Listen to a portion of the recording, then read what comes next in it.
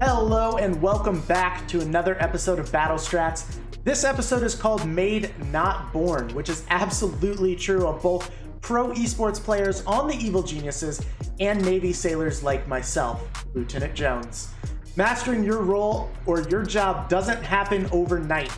The only way to be the best is to train to be the best. Today, we're getting into the rigorous training and skill building programs necessary to perform at a professional level. The hours of practice that go into our roles aren't always shown on camera or even talked about, but they're vitally important to mastering our specialized roles within our teams. Just like every sailor's training looks a little bit different, the training for flex player, in-game leader, and other CSGO roles are also super specialized. With me tonight to discuss all that are three members of the Evil Geniuses, Ethan, Breezy, and Tarek. How's it going, guys? It's going good. What's up? Awesome. Well, let's just jump right into it. Tarek, could you speak to a little bit about the training that you guys have, how much time it takes, and what general manner you guys conduct your training? Yeah, so an average day of practice for us is usually about 8 hours, and in that practice time we do a number of different things ranging from scrimming other top teams where we literally just play against them and get to practice our strats and setups, theory crafting where we get to talk about maps and how we want to approach them and how we want to play, and then also depending on if we have matches coming up, we'll do preparation for the team that we're going to play against. So there's a number of things that we do in team practice, but apart from team practice, we also do our individual time where we play outside of that. So on any given day, I think all of us are probably putting in close to 8 to 12 hours, because it's not only about playing as a team, but you have to make sure you're sharp individually. So you want to make sure that you're playing the best game possible. That makes a lot of sense, Tarek, and I appreciate you going into detail about that. Breezy, could you talk a little bit about the training, not that you're doing here, but all the training that you've done in your life that has led up to you being on the Evil Geniuses? I think it's different for different people. So for me, as a kid, I always played FPS games. So that kind of helped me when I eventually ended up playing Counter-Strike. But yeah, like for example, not many people play some people play strategic games, some people play FPS games, but for me, FPS games is like my favorite. So I guess that kind of helped me in the future when I decided to play Counter-Strike. And yeah, I guess that's what's helped me a lot. Which kind of brings me to a little bit of a different question here for you, Tarek. I know that there are different roles in Counter-Strike. What role do you play, and what specific training have you done to excel at your role? So Counter-Strike has really evolved over the years. In the early days, it was very defined where you would have like a set entry fragger, a set support player, set opper, set in-game leader. But in today's time, usually the only two roles, in my opinion, that are really defined is your opper, which is your sniper, and then your in-game leader, which is the guy that's setting up the strats.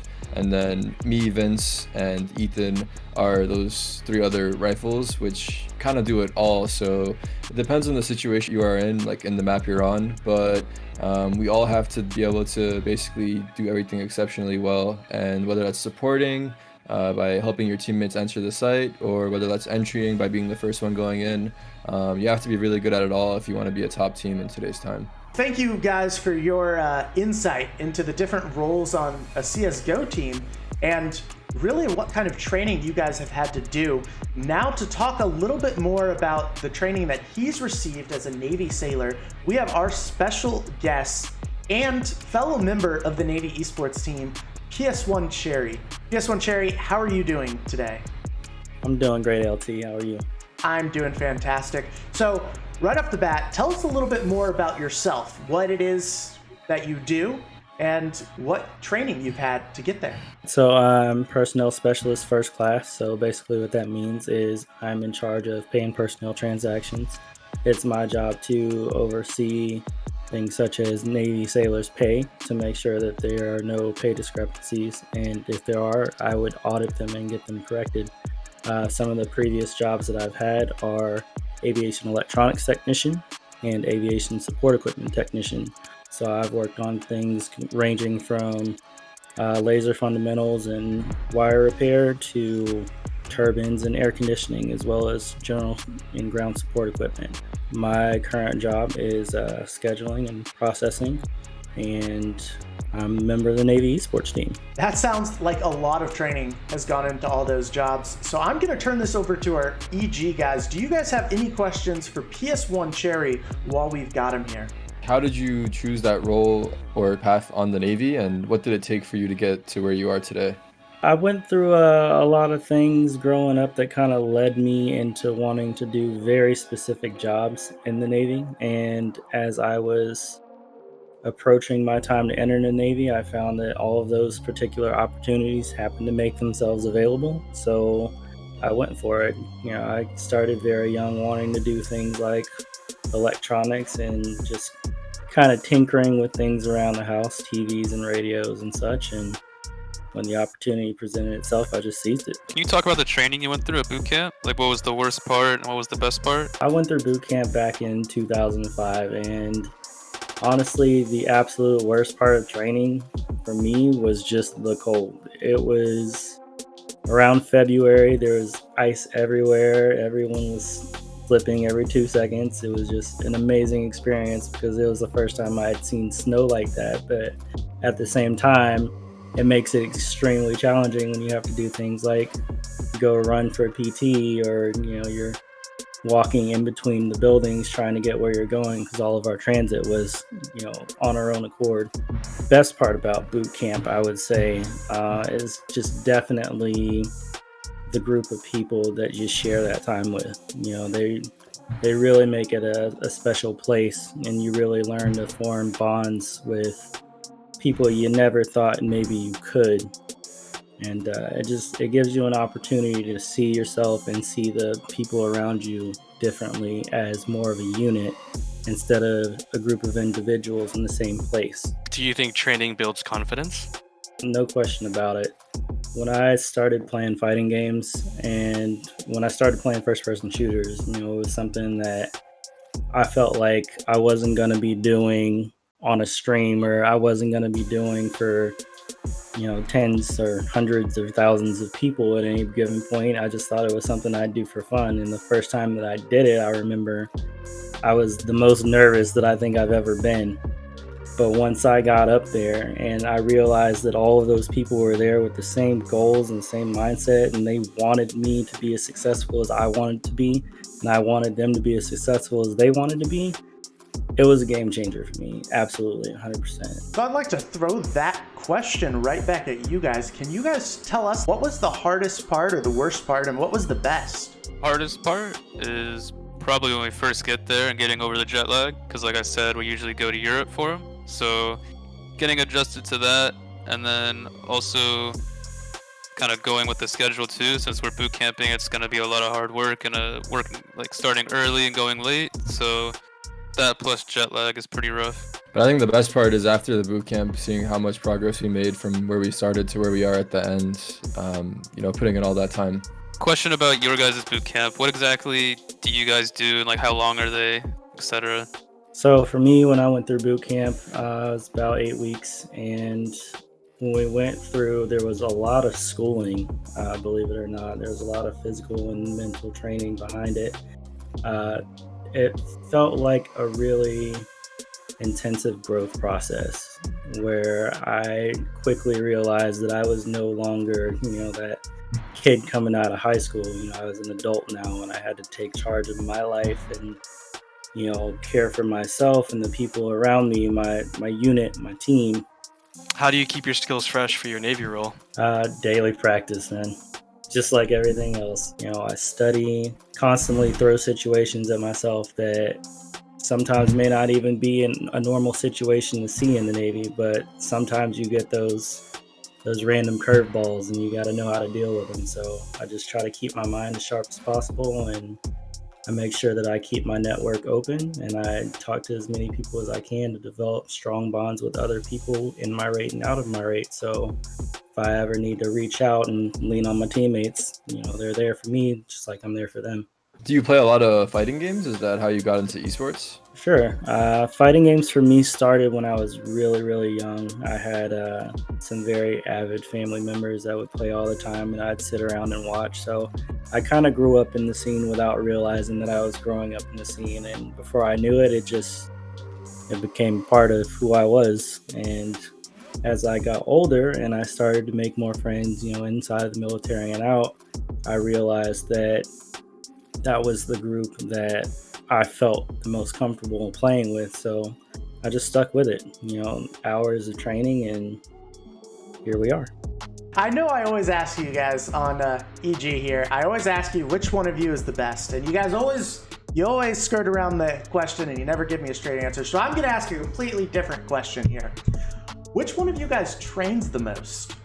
I think right now, just coming off from break, everyone's like really into it and really eager to get back. So I think we're all putting in a lot of time, just because we know it's really important, especially at the start of the season. That brings up a good question. How do you guys avoid distractions and motivate yourself to keep practicing? I think it comes from each other. In practice, when it's a slow day, you have your teammates to sort of help cheer you up and lighten the mood. But apart from that, I think it's also just winning and going into events and playing well and beating other teams. All of these things, motivate us and inspire us to, keep doing more and pushing harder. And knowing that we are, very close to, being a really good team. We're number one team in the world. I think pushes us even more. Just knowing our potential and how far we can really go. We talk about training, right, with you guys, and a lot of it is the physical skills, right? The being good at the skills that you need, whether it's that hand-eye coordination, the quick reflexes, stuff like that. But how do you guys train mentally for your role? I'd say studying the other team, learning new positions and learning their spots and who plays where and how we can counter how they play. I think that's how we can prep mentally. We also have a support staff within our organization. So our coach helps us out mentally, and we also have a sports psychologist if we need to talk to him, if we're having any barriers or problems that, are harder to solve, then there's always someone for us to go to and sort of lean on for help. PS1 Cherry, I got another one for you. How did you train to join Goats and Glory? Good question. So for me, training has always been a very labor-intensive thing. I'm not one that just picks things up as some people might be able to. I'm a firm believer in hard work pays off. So what I ended up doing was I joined a couple various Discords in order to brush up on my skills and challenge people that were higher in rank and proficiency than me, and joined a couple of leagues and did what I needed to do to level up my gameplay. I asked the questions that needed to be asked, where are my weak points? That's a thing that I feel a lot of people aren't willing to ask is, what aren't my strong suits? So they can focus in on those things and make the proper adjustments. So for Tarek and the rest of you guys from EG, I do have a question for you guys, and that question from me to you is, what's the hardest part about training to play professionally for you guys? Probably the motivation. Like I said earlier, later on in the season, after you are playing and traveling for so long, the motivation it gets harder just because we only have 2 breaks a year. So coming up on that last break is, it's coming, but you still want to try your best and do your best at the tournament so your team doesn't, come in a bad placing or lose their ranking. I think that's probably the most stressful part. Training to play professionally, when I first started playing Counter-Strike, that wasn't even a thought in my head. I never even thought about going pro. I kind of just played the game for fun. I think that's kind of how most people went pro in this game. You kind of just enjoy the game, have fun with it, and then the pro comes later on with time. So for me, I think I got lucky, but when I first started, I never really thought about going pro, and I didn't even know about the whole esports scene at the time. And 5 years later, and it's turned out to be what it is now, and it's kind of crazy, for me at least. Last question. I've got to ask you guys, what in-game training has helped you the most? And can you describe it for me? So we scrim as a team every single day we practice, and I think that's kind of how you get to test the stuff that you learn and study. So let's say you watch demos or you learn something new, but if you're not going to scrim, you don't know if it actually works that well. And so I think scrimming as a team helps the cohesion just as a team in general, but also if you have plays you want to test out, and I think it helps a lot too. So I was hoping you guys could help us, do a little brainstorming here on the best ways to train these guys and really what kind of practicing we'd have to do. So I'm just going to open it up to the floor. What advice do you guys have? I think that it honestly should start from the bare bone, and that goes to just starting from the settings and making sure that everything is optimized to be, to make sure that no one is at a disadvantage while they play. So making sure their frames are good, making sure that they have a crosshair that is reasonable, making sure their sensitivity isn't too out of whack. Just making sure that their settings are playable and it's something that they can work with. And then after we make sure that everyone has good settings, we go into like talking about their positions and setting up some basic strategies and setups on both sides, and then just incorporating that into some sort of team play. Fair enough. And Cherry, I know you've put a lot of time into playing a lot of those fighter games. How much time do you think these guys are going to need to really get that practice in to start getting good as a team?